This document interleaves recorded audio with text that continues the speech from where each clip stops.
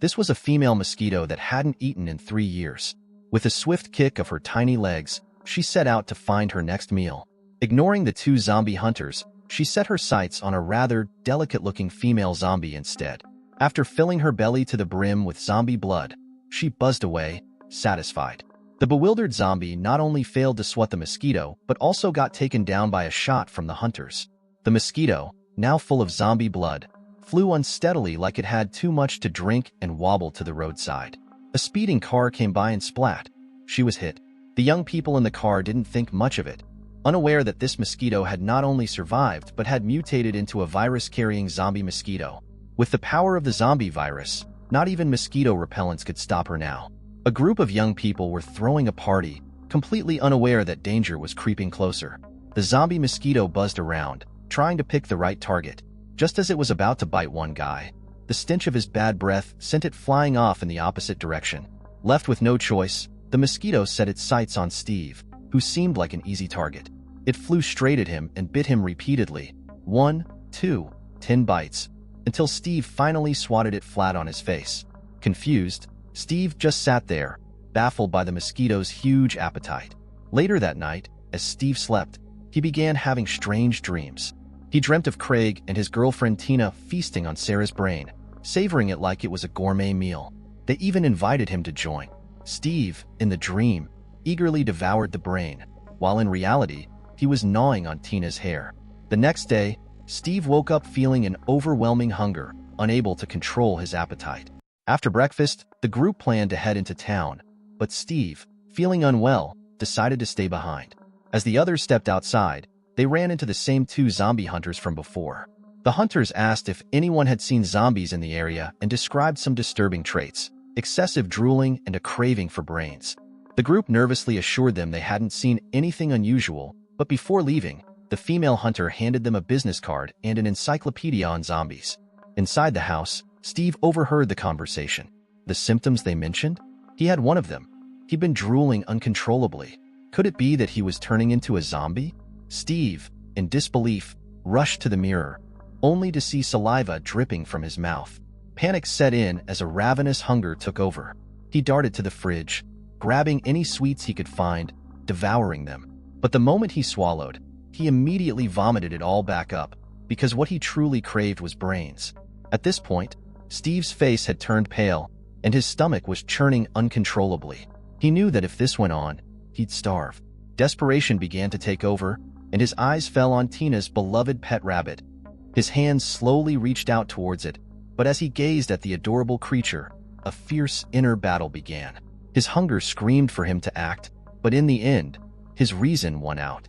He couldn't do it, but where could he find food? In a sudden flash of inspiration, Steve rushed to the storage room, gearing up with all sorts of hunting equipment, determined to catch some wild game in the nearby forest. After a long search, he finally found a skunk, only to be driven away by its unbearable stench. He tried his luck with a frog, but it was too quick for him to catch. Running out of options, Steve resorted to digging into the earth and snatched up the easiest prey he could find, a helpless worm, which he promptly swallowed. But the taste, it was absolutely repulsive. Dejected, Steve returned home, feeling like a complete failure. "What kind of zombie am I if I can't even hunt properly?" he muttered to himself. Sitting on the couch, he scooped up the rabbit and, stroking its fur, promised, "No matter how hungry I get, I'll never hurt you." But the next second, coincidentally, this moment was seen by the 3 people returning from town. Tina could hardly believe her eyes. With everything exposed, Steve had to admit he was turning into a zombie, but the others didn't believe him. How could there be zombies in the world?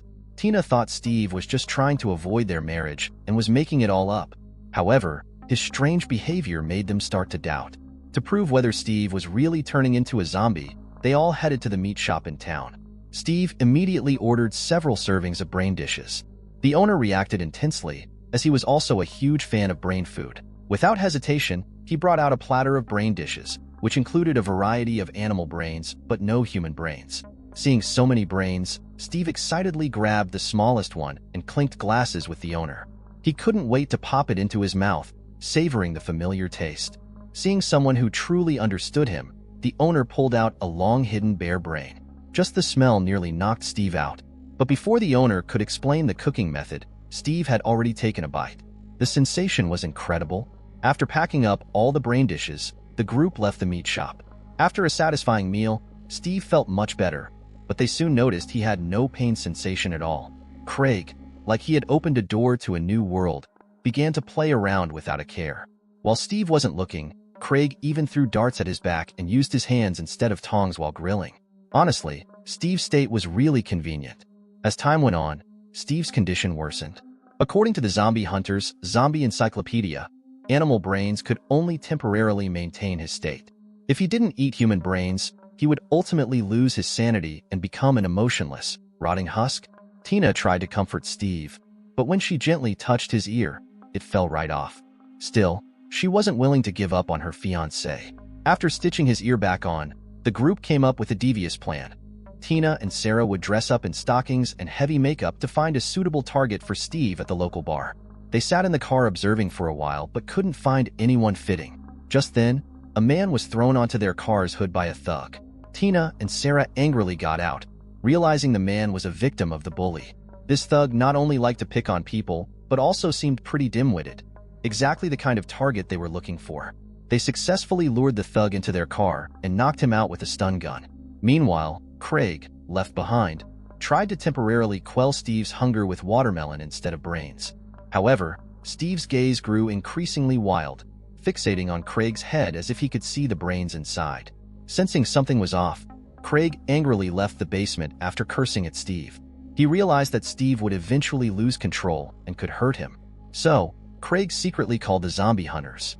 Excited to get a new job after a long dry spell, the hunters eagerly agreed to come help. However, Craig added a condition. They couldn't harm Steve. The hunters agreed to this. At this moment, Tina and Sarah had brought the thug back home, and the three of them lifted him into the basement. Tina reminded Steve to take it easy, since they had finally caught a suitable target. Steve, excited for his first taste of human brains, entered the basement with his utensils, eager to figure out how to proceed. He pulled out various tools but hesitated to make the first cut. Unbeknownst to them, the zombie hunters had quietly arrived outside. Craig, spotting the hunters with their weapons, quickly realized they weren't just planning to control Steve. They intended to eliminate him. The female hunter hurriedly explained that they would ensure Steve's safety, but the male hunter clearly had other ideas. A heated argument broke out between them, and despite the female hunter's protests, the male hunter charged into the house with his shotgun. Tina and Sarah wanted to keep things under wraps, but the male hunter heard commotion coming from the basement. When he barged in, he stumbled upon the drunken thug breaking free from his restraints. Mistaking the drunken man for an infected zombie, the male hunter wasted no time and shot him without hesitation. Just as Steve was about to be taken away, Craig rushed out to stop them, and that's when Sarah realized it was Craig who had called the zombie hunters. Tina wanted to see Steve one last time, but when the male hunter opened the car door, he caught sight of Steve about to go after the thug's corpse. Without hesitation, the hunter raised his gun to take Steve out. Tina quickly stepped in front of Steve, desperately saying that they were about to get married. But the male hunter remained unmoved. In a panic, Craig tried to snatch the hunter's shotgun, only to be shoved aside. The others rushed in to help, but they were no match for the hunter. It was then that Steve sprang into action, tackling the male hunter to the ground. With the brain right in front of him, Steve couldn't help but drool. However, after a moment of internal struggle, he managed to regain control. To avoid putting everyone in danger, Steve picked up the shotgun and handed it back to the hunter, signaling for him to end his life. The hunter, showing no mercy, pinned Steve against the car and prepared to pull the trigger. Just then, a gunshot shattered the tension and everyone froze. It turned out to be the female hunter who had fired. She was moved by Steve's actions. Despite being a zombie, he still possessed human emotions. She believed that Steve might hold the key to curing the zombie virus, and, with him, they could become heroes who saved the world. However, before anyone could celebrate this revelation, Tina suddenly raised her gun and shot the female hunter. It turned out she was worried about Steve's safety, fearing the hunter might see him as a test subject, and so, a love that transcended species was born. With their friends and family as witnesses, Steve and Tina held their wedding, starting a carefree life together.